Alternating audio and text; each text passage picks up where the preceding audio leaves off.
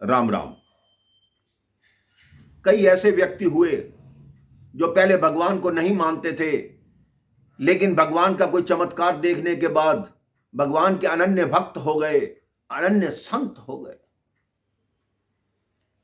एक धर्मशाला में अयोध्या के अंदर एक व्यक्ति रुका हुआ था।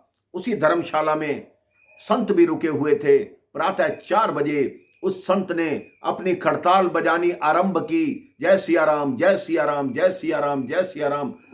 दूसरे कमरे में एक व्यक्ति सो रहा था, वो उठ के बाहर आया। क्या सुबह सुबह तुमने शोर मचा दिया, सोने भी नहीं देते, अभी तो 4 बजे हैं, तुम्हें और कोई काम नहीं है?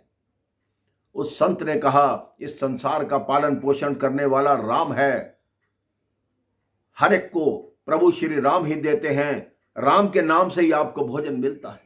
वो व्यक्ति बोला, कहां राम के नाम से भोजन मिलता है, हम खुद कमाते हैं तभी खाते हैं, कोई प्रभु श्री राम हमें देने नहीं आता।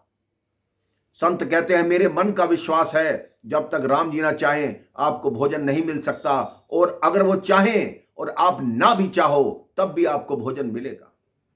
वो व्यक्ति कहता है, मैं शर्त लगाता हूं, मैं अभी राम का नाम लेता हूं, अगले 24 घंटे तक तुम्हारे राम मुझे भोजन करवा देंगे तो मैं सन्यासी आपका शिष्य बन जाऊंगा और मान जाऊंगा कि आपकी बात सत्य है। साधु ने कहा, जैसी आपकी इच्छा। वो व्यक्ति धर्मशाला से अपने घर में नहीं गया। उसने कहा, मैं घर में जाऊंगा तो माता पिता हैं, वो बोलेंगे भोजन कर लो, अगर ज्यादा ही हट करेंगे तो मुझे भोजन करना पड़ जाएगा, इसलिए घर न जाकर जंगल में चला जाऊं। वो चलता चलता घने जंगल में पहुंच गया और एक बहुत ही घने वृक्ष के ऊपर चढ़कर बैठ गया। कहते, अब देखता हूं श्री राम यहां भोजन कैसे भेजेंगे। अभी उसको बैठे हुए 2 घंटे हुए थे, एक बंजारों की टोली आई और उसी वृक्ष के नीचे आकर अपना डेरा जमाया। बंजारों की टोली ने बोला कि यहीं रुक जाओ, पहले भोजन करते हैं फिर आगे चलेंगे। उसी वृक्ष के नीचे ही भोजन की व्यवस्था हुई, बनना आरंभ हुआ, खुशबू ऊपर जाने लगी। ऊपर बैठा व्यक्ति कहता है, जितनी मर्जी खुशबू आ जाए लेकिन मैं भोजन नहीं करूंगा। भोजन बन गया, तैयार हो गया। इतने में एक बंजारा भागता हुआ आया कि जल्दी चलो जल्दी चलो, क्योंकि इसी तरफ डाकू आ रहे हैं। बंजारों ने भोजन वहीं छोड़ दिया और पूरी बंजारों की टोली वहां से भाग गई। उस व्यक्ति ने देखा, कुछ ही देर में डाकुओं का एक दल वहां पर आया और उसी वृक्ष के नीचे आकर खड़ा हो गया। कुछ डाकुओं ने देखा कि गर्मा गर्म भोजन बना हुआ है। जैसे ही वो भोजन खाने लगे, सरदार ने रोक दिया कि रुक जाओ, यह पुलिस का काम हो सकता है, पुलिस का कोई मुखबिर हो सकता है, उनको कोई सूचना देने वाला हो सकता है जिसने खाने में जहर मिला दिया हो, हम खाएं और मर जाएं। उन्होंने इधर उधर देखा। इतने में एक डाकू की दृष्टि पेड़ के ऊपर पड़ी। उन्होंने गोली तान दी, बंदूक तान दी कि नीचे उतरो, अन्यथा गोली मार दी जाएगी।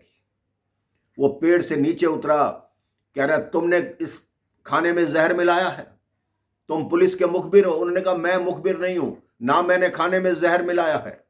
तो कहते, फिर ऊपर छुप के क्यों बैठे हो? उसने कहा कि ये तो बंजारे बना गए थे। उसने कहा, नहीं, हमें विश्वास नहीं है, तुम झूठ बोल रहे हो, तुम पहले ये खाना खाओ तब हम खाएंगे। वो व्यक्ति बोला, मैं खाना नहीं खाऊंगा। डाकुओं ने उसके सिर पर पिस्तौल तान दी कि खा, नहीं तो गोली मारेंगे। अब उसने खाना खाया। खाना खा के अपनी दशा बताई कि मैं ऐसे ऐसे जंगल में आकर छुपा था, डाकुओं ने छोड़ दिया।